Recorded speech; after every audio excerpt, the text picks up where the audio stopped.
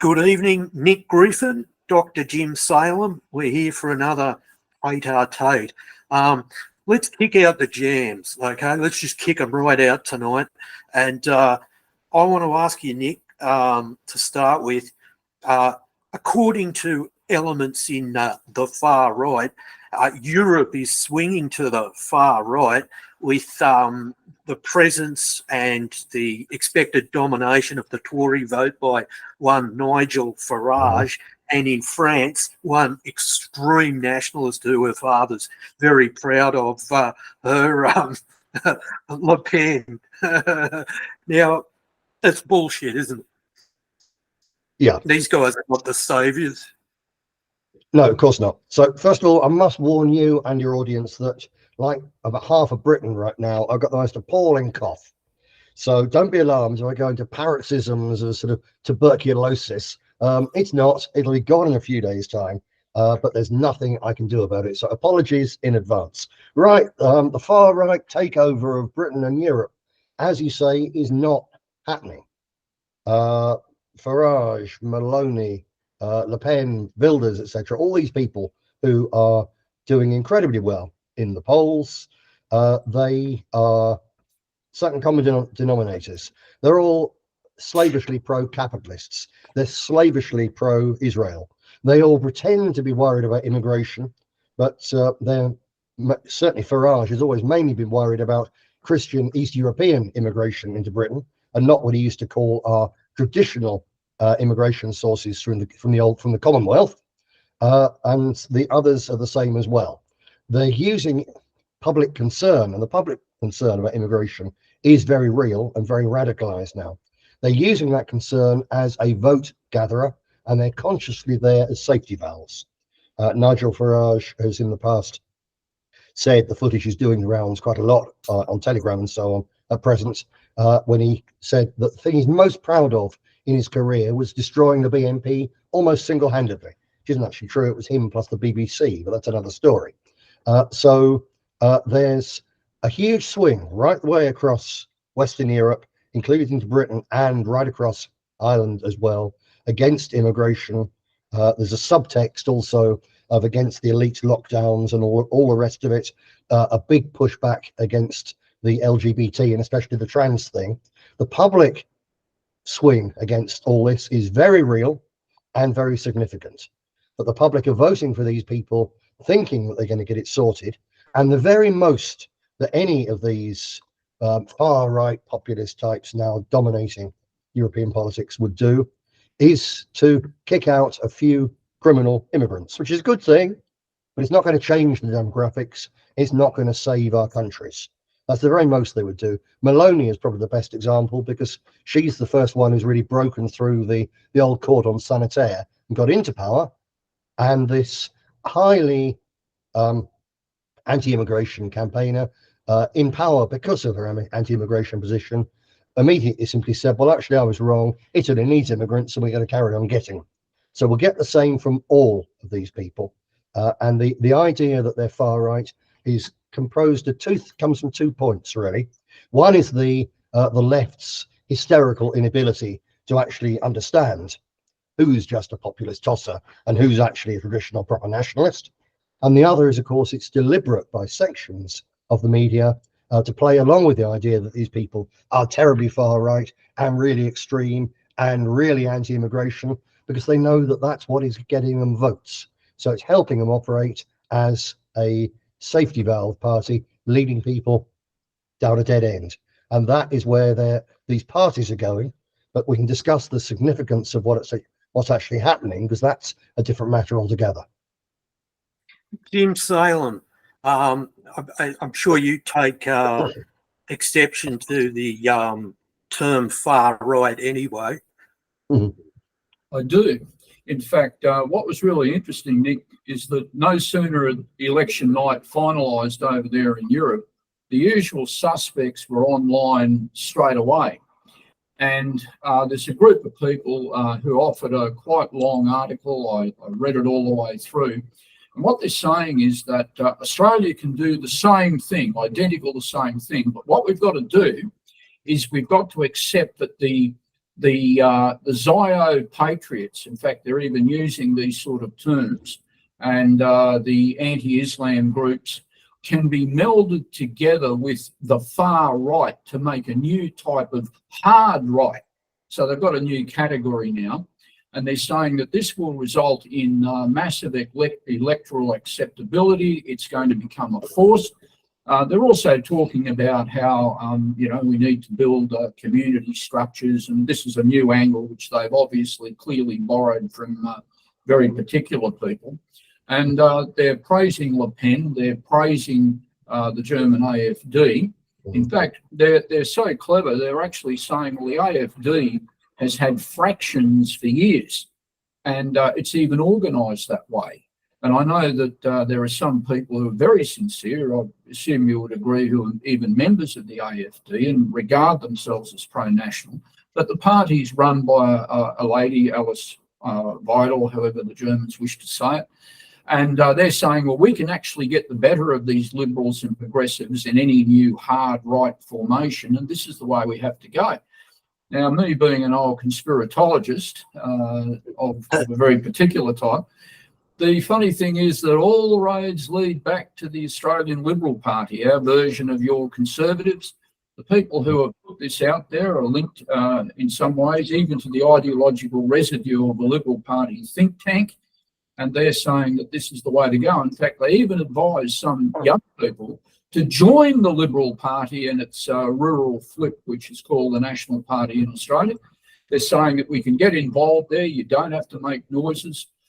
You get active there, and they've named a couple of formations of I'll call them cultural type, that they say that you can join. So it's a complete strategy, but it all comes back to following the lead of people like Marine Le Pen. So you guys over there on the continent shouldn't think that antipathy and idiocy doesn't exist, because it does. And they're sharp. In fact, they're I'd say even sharper than you. They almost look at what's happening over in Europe, and they're onto it in a microsecond. So it's starting here now, and some more pseudo-radical floaters are going out there, and they're talking about building street activism and all of this, and this is how the far right's going to be constructed. So, new problem.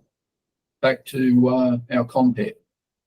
Now, Nick, I was reading your Telegram channel over the past week, and I noticed when you were discussing Farage, you took exception to some comment he made about the Commonwealth helped to fund World War One and World War Two, and that it was very significant, and that's kind of not right, and you're right to call it not right, because in fact one Commonwealth country did, and that was Australia, and it nearly led to the very first civil war between the Jack Lang government and the reactionary New Guard militia, because he wanted to default on payments to pay unemployed, starving Australians. But what made that so irksome was because that England had allowed the other Commonwealth countries to renege. And of course, it's outrageous anyway to join a country in its military adventure and then pay for the privilege. But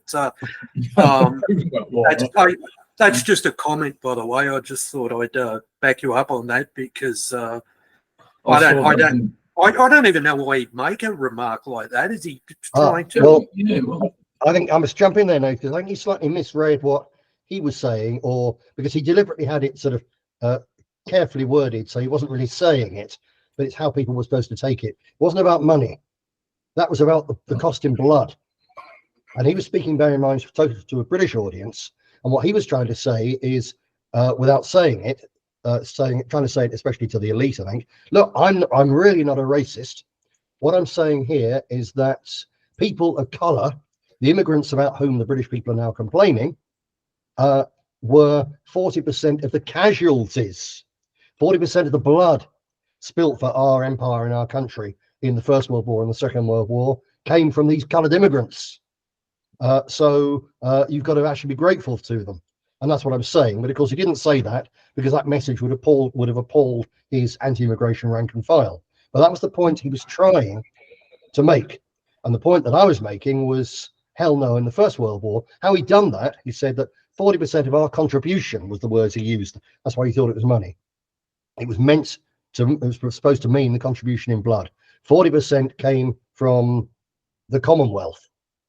And he did that by taking the figures, the death figures for Australia, New Zealand, Canada, South Africa, and regarding those as part of the Commonwealth contribution, when Commonwealth in Britain now means not really Australia and Canada, it means all the Commonwealth colored immigrants.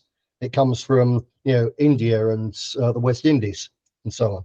So that was the trick he was playing. And what I did with my posts there was to take the figures and extract the brother nations, Australia, Canada, etc., from that, in effect, and lump them in with us, and say that what you're then left with, what the British people think of as the Commonwealth, and what he's alluding to here, is actually only India did produce a significant number of dead in the First World War, actually rather more than Australia. Per head of population, far smaller, of course, but some 60,000 men. Yes, it's a significant, serious loss. But basically, India and a couple of other tiny little places only came to 10% of the imperial casualties, not 40%.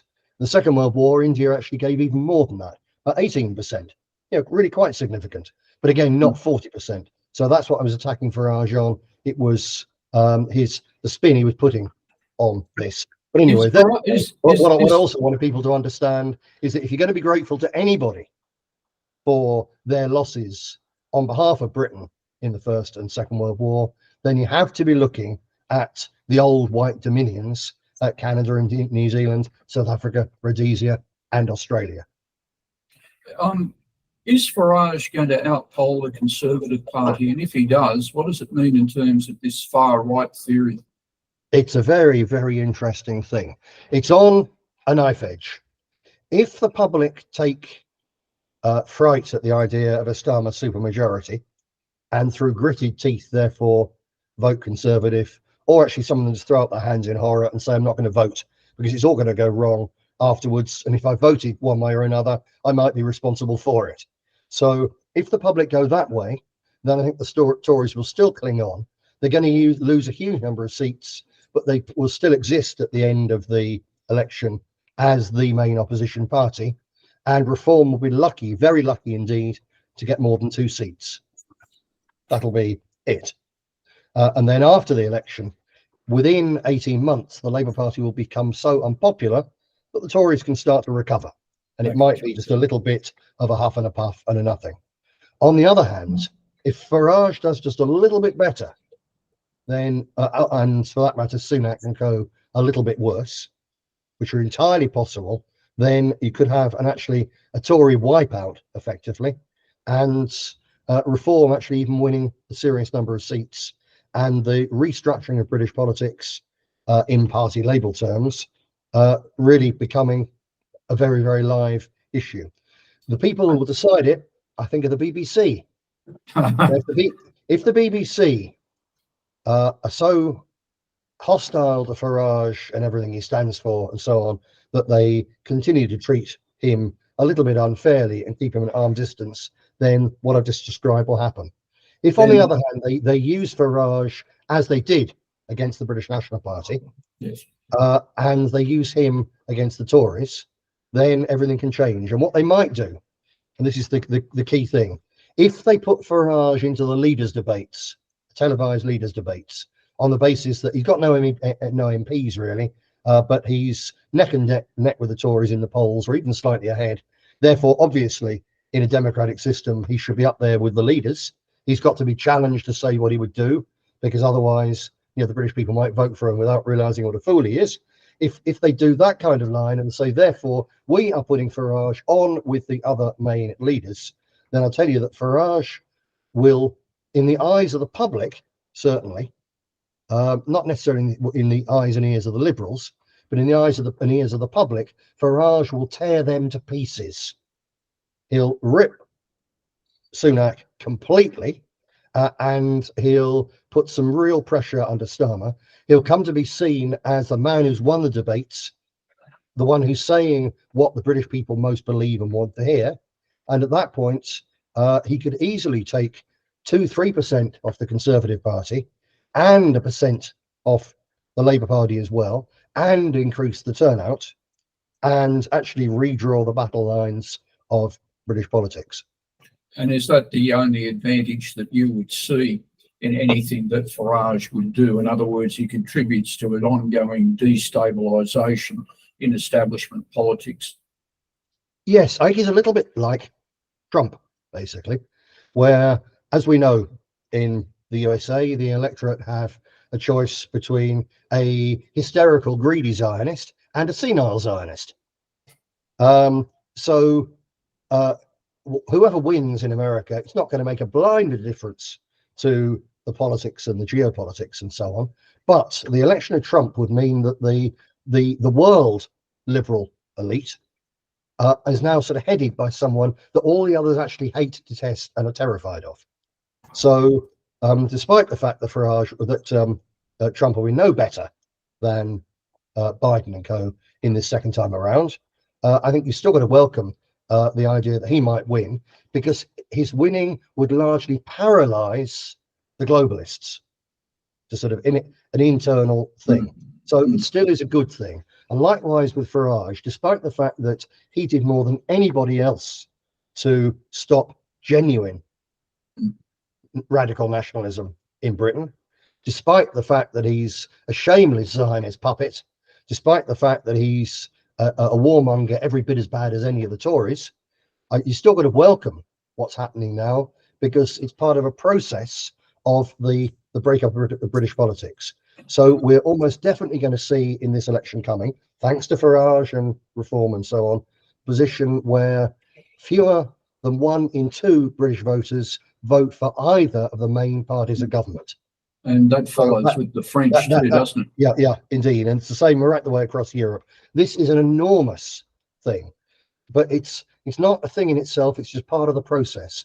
An analogy which I'm sure you will get, Jim, is that before you can have a Lenin, you've got to have a Kerensky. That's right. That's right. This is Kerensky on a subcontinental scale. It's quite remarkable.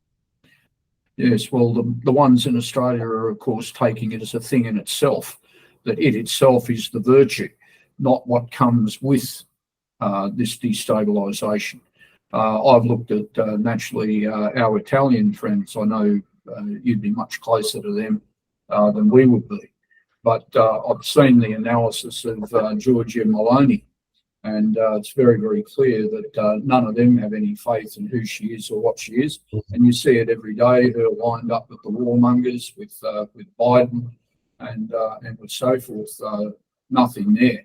Yeah. So, but her party is likely to do very well and continue to do very well.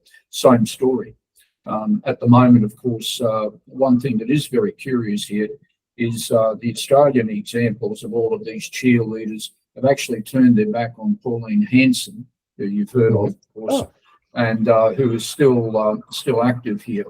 And they're actually very interesting. The only thing I noticed that I know you'll see it straight away too, is that they're condemning Hanson for being very much an old people's party. And the young people alone have got every answer. And hopefully, from their point of view, there's an attempt to lure a lot of the young people into some sort of new fraternity of hard right activism. Put Hanson to the side. I think she even came into the Australian Parliament recently wearing an Israeli flag and so on. You've seen all that. In fact, you may know there's she returned to Australian politics after a long hiatus. And we have the photo. I must republish it for your edification. That as her main minders were guiding her back, there was a demonstration in Brisbane in 2011 outside one of those Max Brenner coffee shops. And all of the people who became the leaders of Pauline Hanson's party as it was relaunched were picketing the Trotskyites who were for the disinvest movement, and they're all in a line. It's one of those remarkable shots, a complete rogues gallery of individuals, and there they all were. And someone forwarded the shot to us, absolutely, and these people were instrumental in returning Pauline to politics. Wow. And but now apparently a lot of these people are turning away from her. I followed some of the French commentaries on Le Pen, Marine that is, and obviously they don't see very much there either. I was going to ask you, since our friend Nathan's stepped off air for a moment, what's the reaction of all of the proper European nationalists at the moment? What do they see? Are they seeing this opening of a new period, as you've discussed? What are they divining? Obviously, none of them is fooled by any of these new things. They know that they're essentially a part of the system. So some of them are frustrated by the fact that, we've got the political answers, we've got the machine. The poor Germans, for instance, the NPD, now Heimat, they were a very well-advanced, well-organized, sophisticated radical nationalist party in the 1960s. And so they spent all those decades speaking out against immigration when no one from the establishment would talk about it. And now everybody's talking about it, and they're completely marginalized, and they face another election where they get absolutely zapped. So they find it very, very hard. So the most sophisticated of the real nationalists see this in the way that we do, that it's a historical process, and this is opening up potential opportunities for a revolutionary vanguard party at some stage in the future. But there is, at the same time, a large amount of dismay and confusion, and, well, how the hell do we deal with this in their minds? Partly because actually they don't really quite get, I think, the mechanics of revolution. So they're still thinking, they're still hoping or thinking back to the days when no one else talked about immigration, and therefore real nationalists had a gap in which they could operate, a space in which they could operate. And they're still stuck in that mode, thinking that actually it was going to be an electoral victory that was going to bring them to power, which I think you'd agree is that was always a staggering naive position. They've got in front of their faces the fact that when the Vlaams bloc became the largest party in Belgium, they were banned. When Golden Dawn became a serious threat, even in Greece, they were banned. Any nationalist party which was just a party which came anywhere near electoral power would just be banned, unless you also have some sort of serious economic power, whether it's a trade union bloc or the support of 90% of people who run the internet in the country, who could therefore simply switch everything off effectively and destroy a just-in-time economy. Unless they have the ability to say to the establishment, unless you play by your rules, we will make this country ungovernable, then they will not be allowed to take power through the ballot box in any case. But there is confusion on that score amongst some of the nationalists in Europe, and therefore at present they're looking on in horror and not really knowing what to do. Okay, Nick, let's talk about the disintegration of the UK.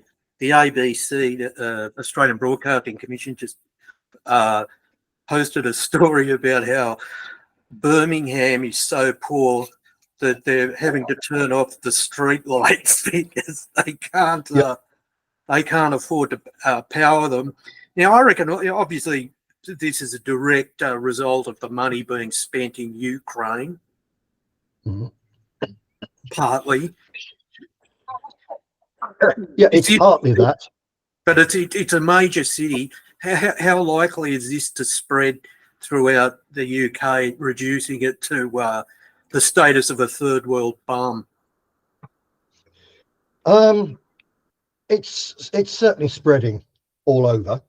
It's the result of a number of things. The funding the Ukraine war is potentially a little bit the straw that breaks the camel's back, but the funding of the banking system has taken far, far more out of our economies than the funding of the Ukraine war. The funding of the net zero, the climate change fantasy. The British government voted, sorry, the British Parliament voted unanimously, bar 2 rogue Tory MPs, back in 2018, I think, for the Climate Change Act, which already then was going to be at least £18 billion a year, its net cost to the British taxpayer. And it's got worse since then. You know, these are staggering sums of money. They used to complain that being in Europe cost Britain £2 billion a year, but they say nothing. The same Farages and so on used to talk about that. They say nothing about the fact that the net zero thing now costs Britain at least 10 times that, you know, indirect things. So there's various ways in which they've made the country untenable economically. Perhaps biggest of all, most of our industry has, of course, long ago been shipped out to China.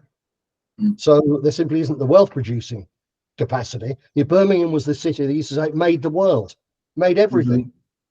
And now it makes nothing. It made the first gas lamp. It brought light, Indeed, and now that light has gone out. So now the light is going out. Yeah. So it's a whole series of things. There isn't the money.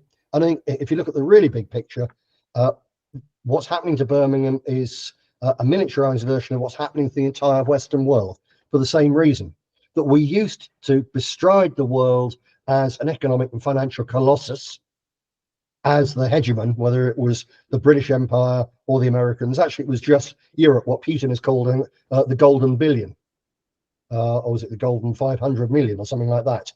Just that it used to be the West dominated everything else.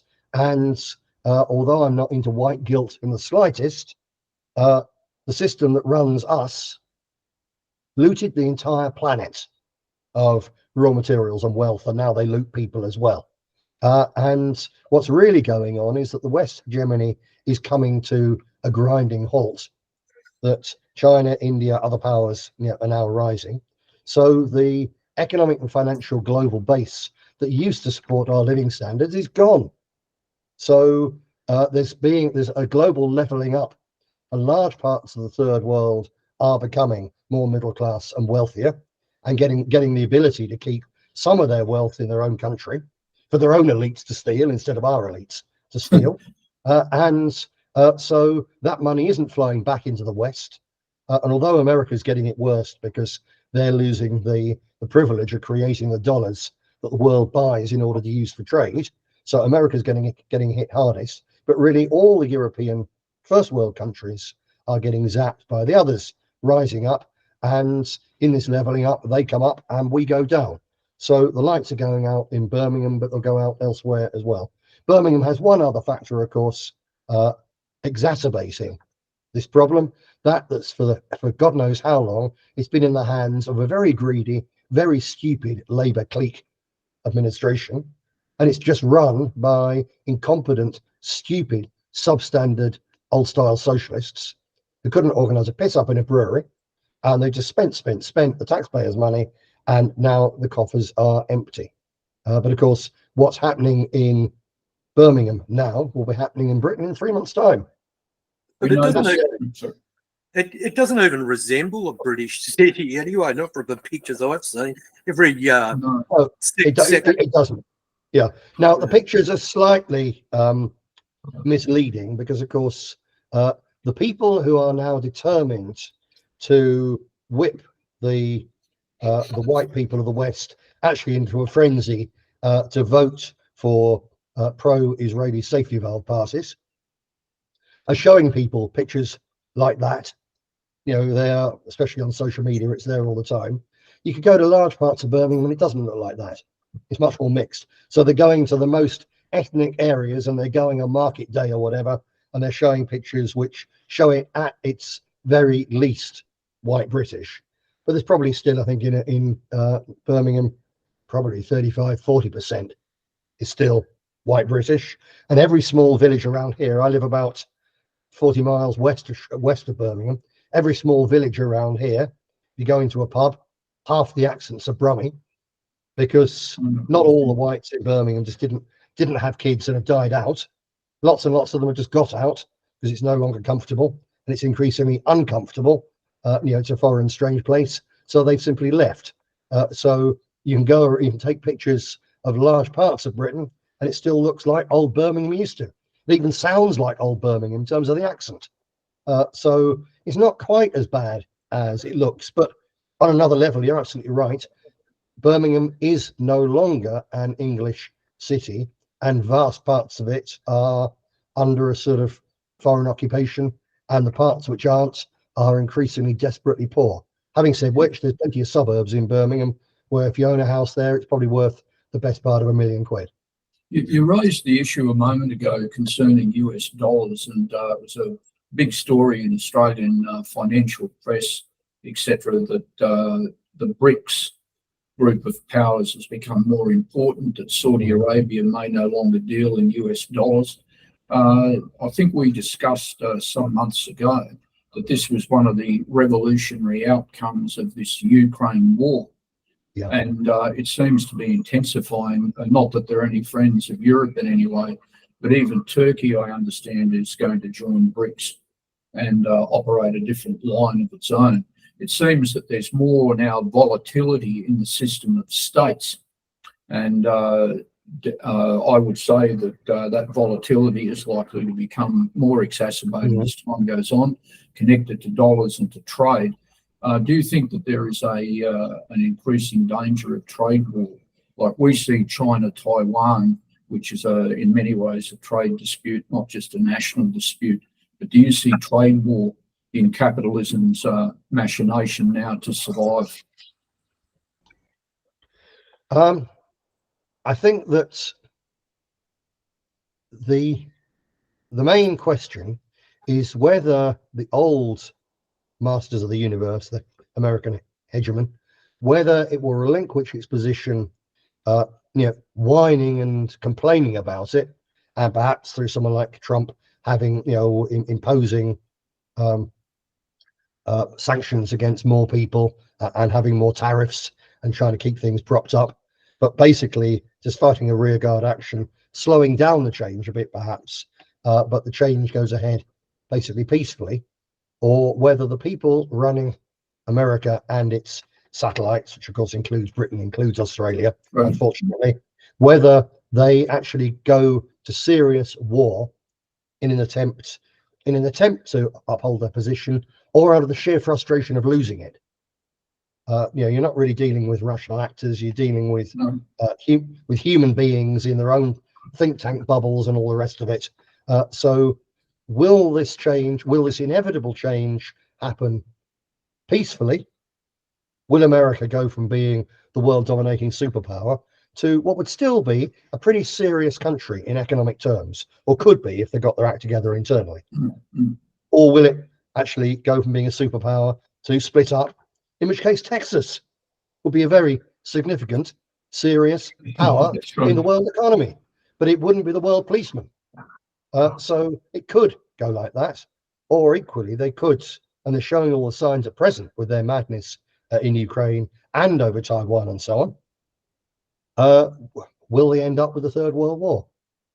And as I say, if they do, that's partly a rational cold calculation, or an irrational cold calculation that perhaps we can win this thing, or the very brinkmanship of it, and the massive increase of our military industrial complex helps keep the financial system going on along for a bit longer, and it sort of coerces our working people into a box, so they behave themselves because they're scared of the foreigners and so on. So we might get a highly militarized West, which is able to cut itself off a bit.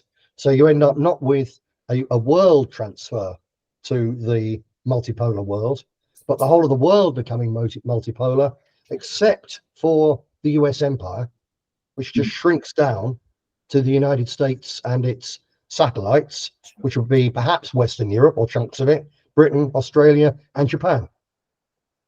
Yes, I can see that. Now, I actually suggested to you in a video some time back, Nick, that rather than allow Donald Trump to win the presidency a second time, they would deliberately engage in a hot World War III, essentially. I've heard other commentators recently suggest that. You balked at the idea, but is it indeed, like you just said, the military-industrial complex that is pushing for supremacy here? I think that Trump was unacceptable to a vast swathe of the American elite, the real movers and shakers. I think that the Gaza emergency has allowed him to persuade a very significant number of very powerful Zionists and neocons in the USA that actually he's prepared to be their man and they're prepared to have him. So I think now actually that they may well, it's clearly a significant section of the American elite now regards Trump as a man they can do business with. And I think that probably the fact that there's increasingly, even in mainstream media, footage of Biden, obviously totally gaga, footage which they were keeping under wraps, they're now quite openly using, and obviously it helps Trump to get elected. So I think that it may well be that Trump now gets elected, and as such, they'll regard him as someone they can control. That no one in their right minds would, from their side, would trust him as someone they can control, because he's obviously a loose cannon. The man is a loose cannon, so they obviously think that perhaps they can, keep him pinned down. I'm not sure. And there's conspiratorialists here are saying that, and even some quite sensible people actually are saying about Sunak, that actually they wonder whether he and the Tories basically are actually deliberately throwing this election, because they know that the two things that are coming, the denouement one way or another of the we're going to beat Russia and Ukraine fantasy, and the unraveling of all the COVID lies and the coming out of what a monstrous crime and a damaging crime this was, is such that when these two things come out, they do not want to be anywhere near the levers and the seats of power. So this is a stepping aside to let the Labour government or the populists or whatever, let them all take the blame and sort out the mess.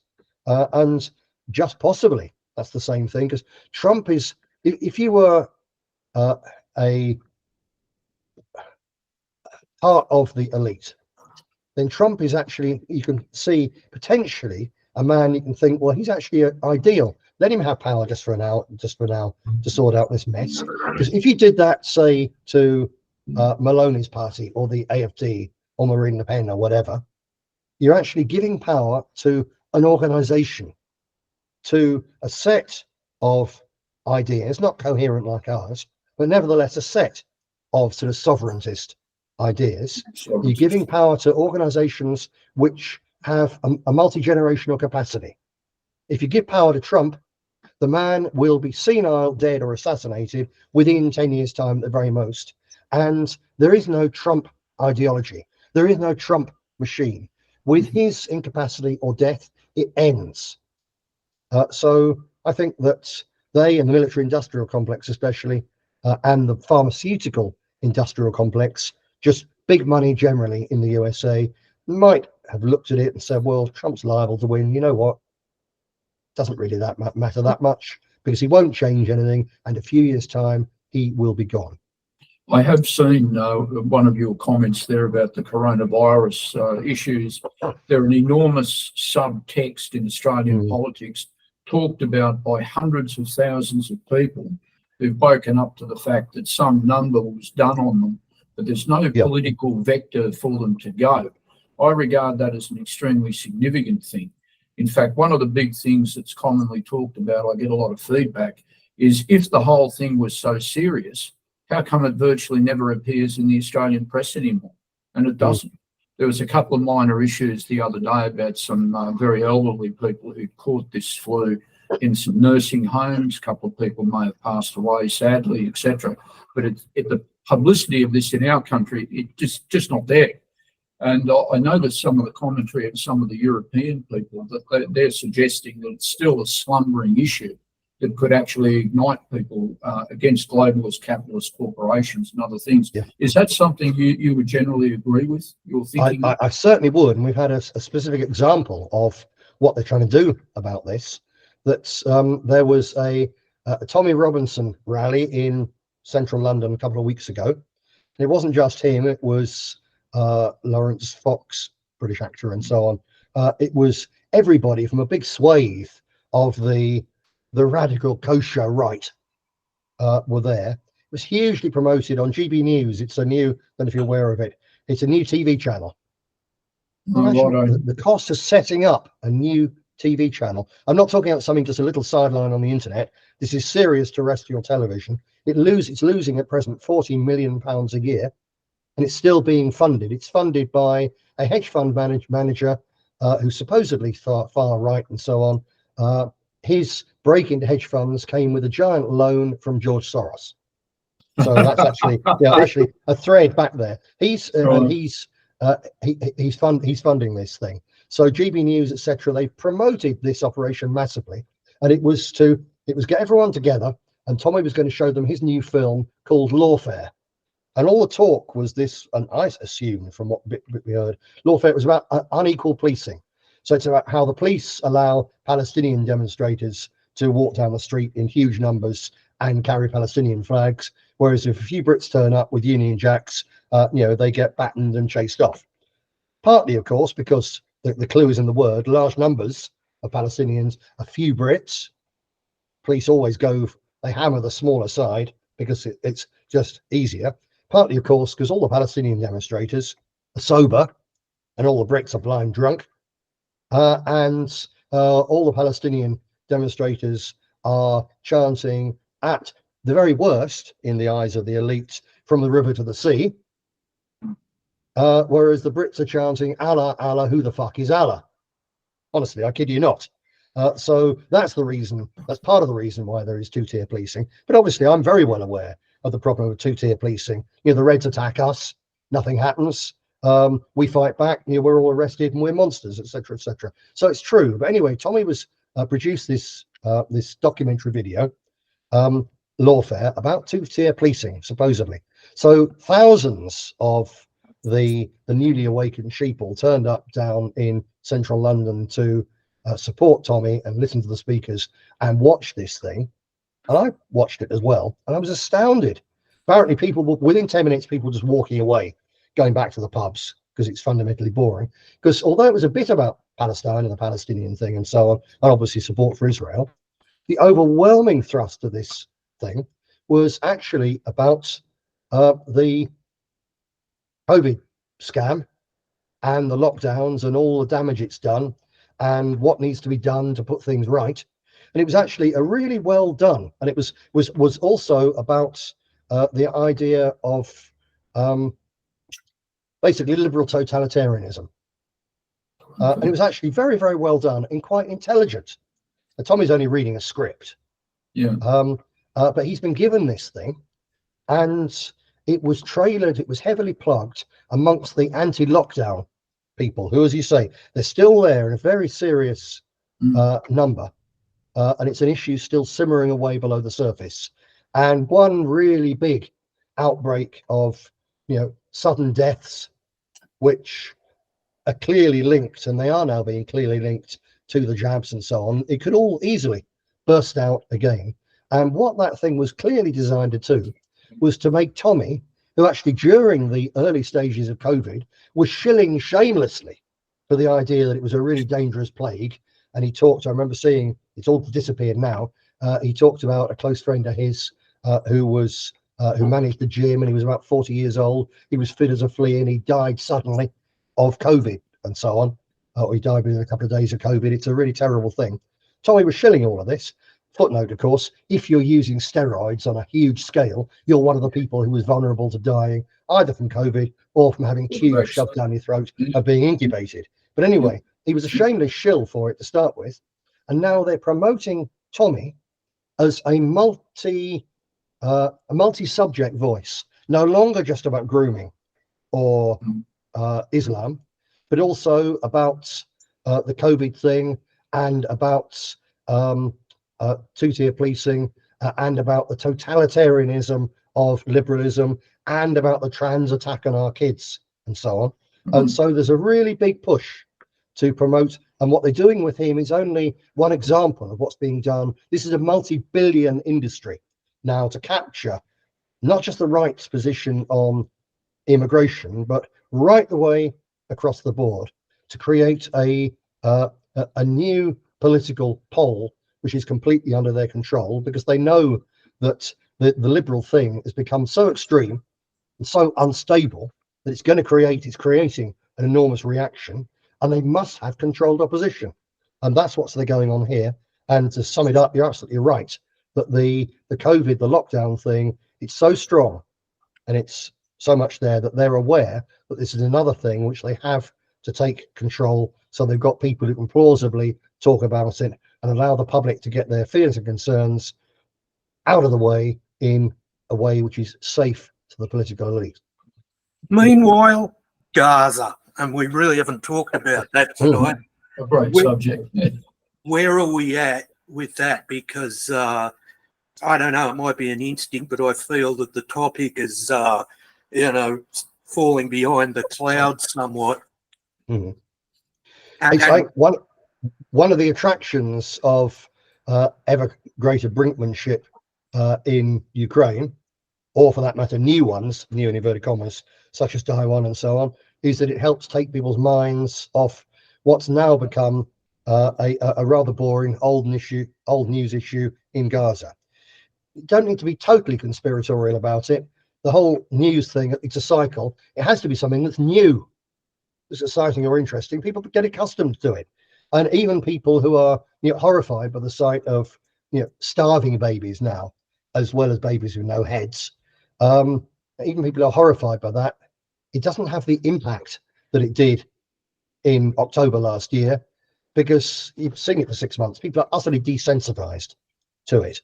But then on top of that, of course, because it's gone on so long, there's a need from the usual suspects to get people's attention looking elsewhere, and to gradually shunt it down the news ratings, because it's patently, even if you believed all the October the 7th stories, and even if you think that Israel had to defend itself and was entitled to give the Palestinians a bloody nose, there still has to be a question at which you start to say, well, when is enough enough?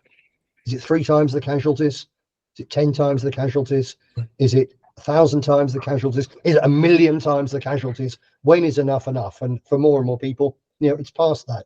So for those various reasons, yes, it's sort of dropping off the agenda. I think there's perhaps one other reason, and that's that it's very clear that Israel has now got on their hands a war that they cannot win. Yes. They can't win the war. They may manage to starve every last Palestinian child and sort of solve the problem further down the line, but they're taking very serious casualties for what is a small army and a small population.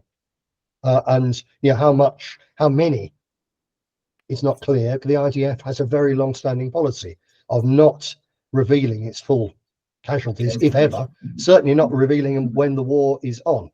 But it's very, very clear that they haven't managed to conquer the 10,000 ragtag AK-47 wielding terrorists to them in Gaza, let alone being able to stop Hezbollah lobbing things through the Iron Dome, apparently more or less whenever they want.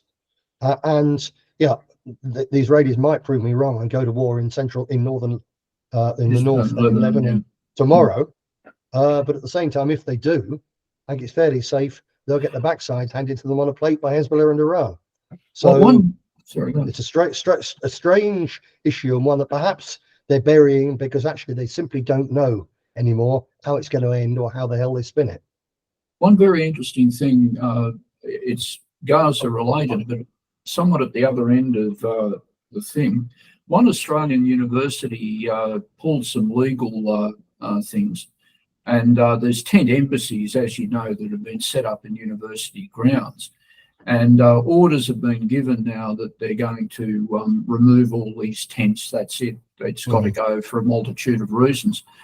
And the extreme left, the main Australian extreme left group, announced that they were packing up and leaving.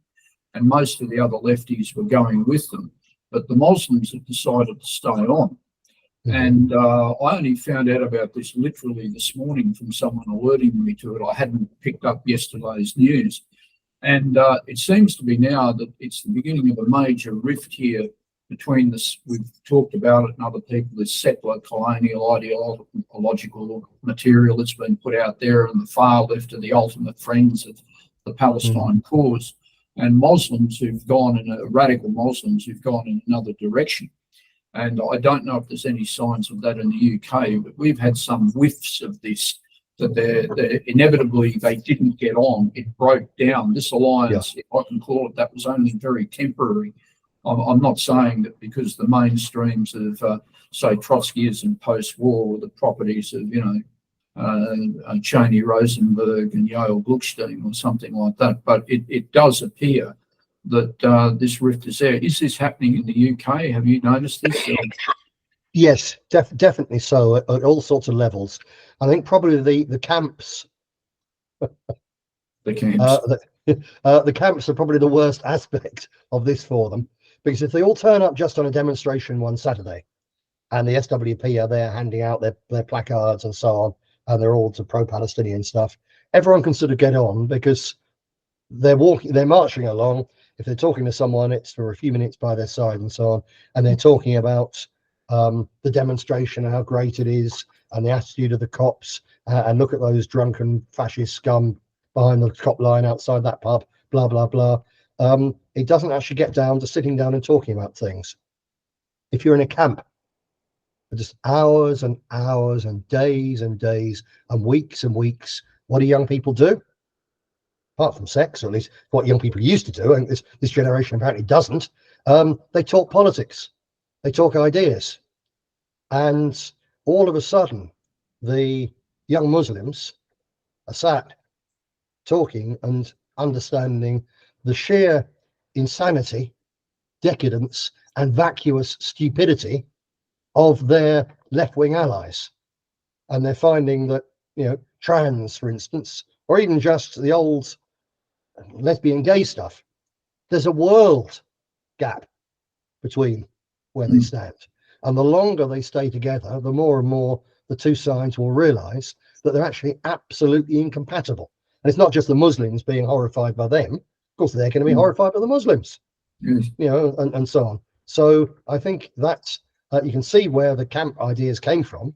And you can also see why, in fact, both sides are going to think, by hell, get out of this. And the pressure from the authorities to stop them is the perfect excuse.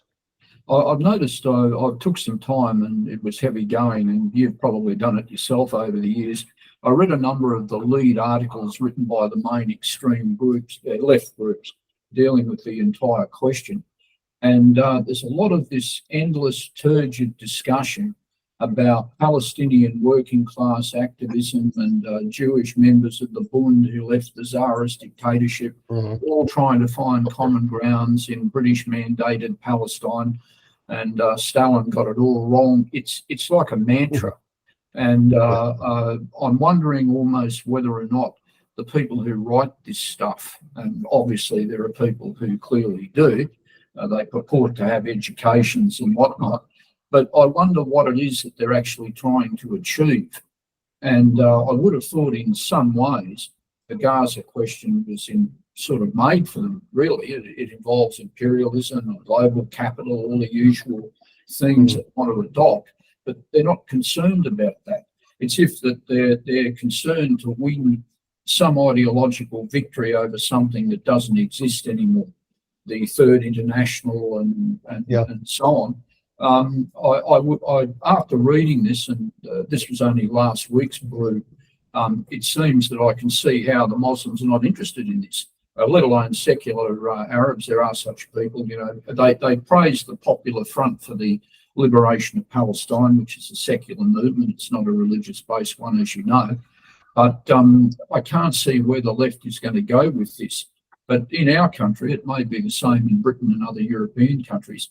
There is a discussion going on about the history of Zionism. And that might be one of the legacies of all of this, because members of the Australia First and others have reported to me that some of this discussion's got down to factory level and uni cafe level. Where the hell did this movement come from? And traditionally, I hate to use the terms, but I will as shorthand, a lot of the history, put a few bits of it aside, came from the so-called right of politics, and the left never really had it right until the Soviets were writing Caution Zionism in the 1960s and 70s. So in reality, I often wonder what genie has been let out of the left bottle, and whether or not it's a genie might actually grow stronger, that it could actually lead to a deeper and better critique, perhaps, of Zionism than even has come from sources that you and I may be familiar with. I don't know what you think about that. I think absolutely so. There's there's two issues here. I think there's the left desperately casting around for something that puts its perfect and uniquely intelligent analytical powers into action again, so they can explain everything and they're relevant again. So they're just casting around, and they're just it's really just college kids talking politics late at night in the dorm sort of thing. It's actually no more than that. And then you've also got the factor going on whereby what's being done in Gaza is so ghastly that it's making people look, most people now just turning away from it, bored with it, horrified by it, desensitized by it. The people who still care, they're actually looking and trying to analyze. Then you discover, Zionism is actually not just some legitimate aspiration of the Jewish people. It's actually a fascist, militaristic, racist ideology. So that alone takes them to a certain level. And then when you look and you start to ask, well, where does it come from? And then at that point, you say, okay, yes, you see lots of Jews opposing it and speaking about it.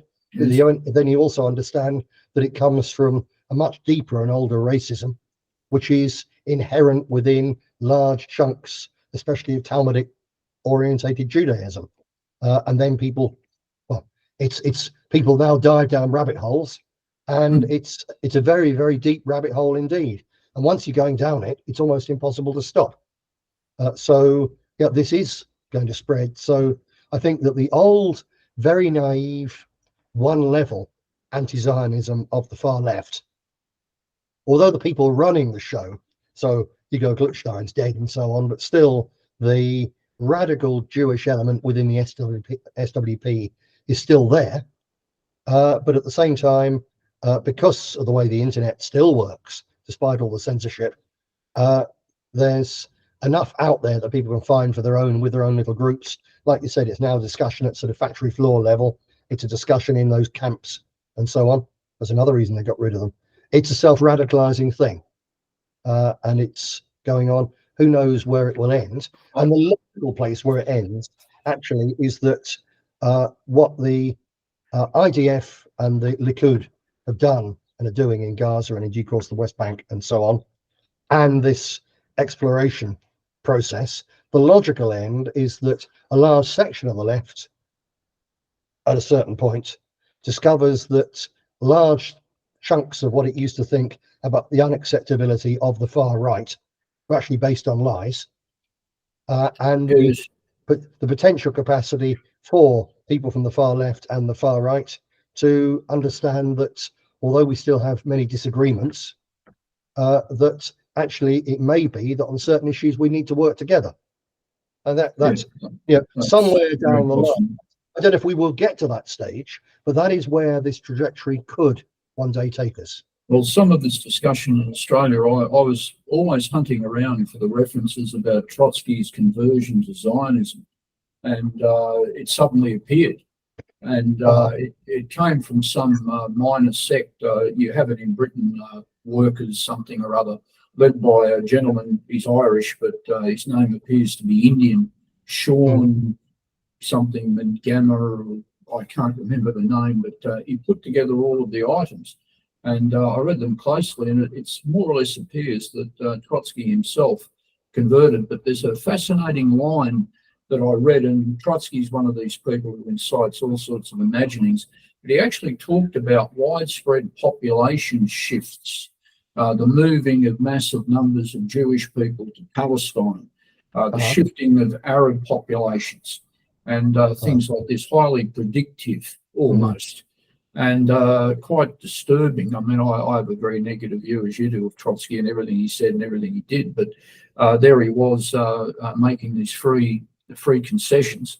I've downloaded the material. I intend to do something with it. Yeah, I'd like to see that. Very yeah, interesting. I'll get it to you in due course. Please do. Yeah, no worries. Back to our compare from me. Is that all right? Okay, well, as we're nearly out of time, I want to ask you a question, Nick, if that's okay with Jim, and that is, do you feel you've achieved more with what you're doing now than you did when you were in the European Parliament? That's a very interesting question. I suppose handicapped and a bit discombobulated by the fact that I've lost my Twitter X account. It was hacked, and I've tried to get it back. And despite the fact that I was paying for the blue tick out of my bank account, and in the last few months, Twitter were paying me money because I'd monetized it, not a huge sum, but I had some money coming in every fortnight. So despite the fact that I was paying them money and they were paying me money for this account, they say, no, sorry, we can't prove it was, you can't prove, and we can't see that it was your account, so we're not giving it back to you.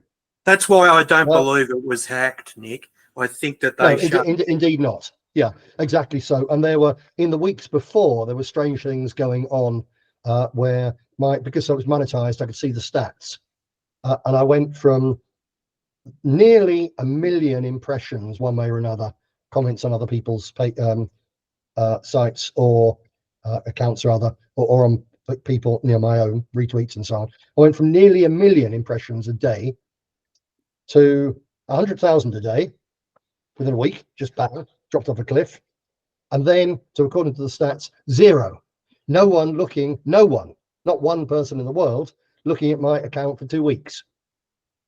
Even though they actually then paid me for the traffic I had on my account for those 2 weeks. So utterly bizarre. So as you say, it's not just a hack, it's something they obviously decided to get rid of it. It happened, by the way, the trigger point for me was Khan Yunis. You remember the town stroke refugee camp and the hospital down in Gaza, where there was the recent mass graves unearthed of hundreds of Palestinians, some of them with their hands bound behind their backs and shot in the head. So the Khan Yunis massacre, which was all over Al Jazeera and the media of the free world, and almost zero, other than the Guardian covered in Britain. Basically, nobody else covered it. And I was trying very hard at the time when actually I had a really significant reach, say 1 million a day on X. I was trying really hard to push this. And on top of that, I found almost by chance a reference to the fact that there was a massacre by the IDF in Khan Yunis involving the deaths of hundreds of civilians who were found in recently created mass graves in 1956. So I said, and no one was plugging this at all. So I was pushing this like mad. So look, this, they got form for this, these people. You immediately don't have to think, well, perhaps this one's a scam, because the old one was definitely, it's in the history records as absolutely true. And it's the same modus operandi by the same people against the same victims in the same damn place. And I hammered the life out of this for 2 days. And that was the point at which I went from enormous reach to bang. Didn't that happen? It is very frustrating because I was being contacted almost every day by people, not just ordinary random Muslims saying, wow, I never thought I'd agree with you. That was happening by dozens, but by people running talk shows and so on all over the world, saying, "Here, we've seen this. We really want to have you on," and so on. It was really becoming a thing, and I noticed significant numbers of journalists following me. Present. What does it say? I used to be in the European Parliament. Now I'm sat in a small office study in a place in the English countryside, and there were people beginning to beat the path to my door to talk about these things and other things as well, and it snuffed out like that, and that was frustrating because that was clearly going somewhere. So at present it's a bit frustrating, but I'm now constantly, at least with more time to think, rather than thinking about, well, what am I going to put on Next time. on my next post. And it is addictive. All these social media things are addictive, which means you kid yourself that actually, you're doing it because it's helping you spread your message. Well, it is. And when Twitter was monetized, it's helping bring in some money, which is useful. It is. But it's also simply a fact that all these things are deeply addictive. And they eat up all your time and your mental energy. So for the first time in ages now, I'm seriously every few hours suddenly thinking, stop that, grab the phone if I'm out somewhere and sending myself a message about something else that needs to go into the book notes. And it's serious long-term stuff. You've touched on the reality of social media, and I've been preaching this to people. It is not, it has at times, favoured the globalists in, such as with the Arab, so-called Arab Spring, etc. Use of Twitter, etc. But it's a hierarchical thing, and all of these mediums are controlled by our enemies. But the voices that rise to the top, it creates a hierarchy so that, some little bloke who might have something incredible to say can't get the reach because, he's not with the Daily Wire, or he's not here, And it's interesting that a hell of a lot of these so-called far-right media presence, it's kosher money all the way through, like the Daily Wire, like Rebel Media, etc. And that's why, like, Australia First doesn't have any reach on Twitter. We're so shadow banned. It's pointless. It is pointless, and yet, when you go other places, etc., it's a hierarchy beholden to the people with the wrong ideas. And thus, I believe that the only solution is to get back out into the streets with stickers, posters, and pretty simple. They can't do you in that way, but that's anyway, the simple thing. So I'll take your answer, Nick, as that you're satisfied. That you're, and I'll throw it over to Jim. What have you achieved? Not enough. And it's one of those things. I mean, I'm working on something at the moment that is a legal thing, but it's historical. It has a particular outcome that I might get from it. But at the same time, the world doesn't change by particular outcomes that we might get. We're always thinking about long term, but then you also have to think about short term. And I think that basically those people in our country who are radical nationals have to go right back to basics and do the things that always made them useful in the past.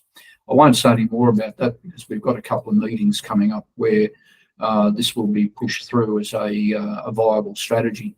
But you can rest assured I'm working on a number of things. I hope that they're very useful to us in the long run in Australia. One of them is, in particular, has a historical quality to it that I believe will be very useful.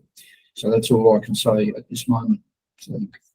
All right, well, an evasive answer there. Okay, well, gentlemen, it's been a great discussion until World War III,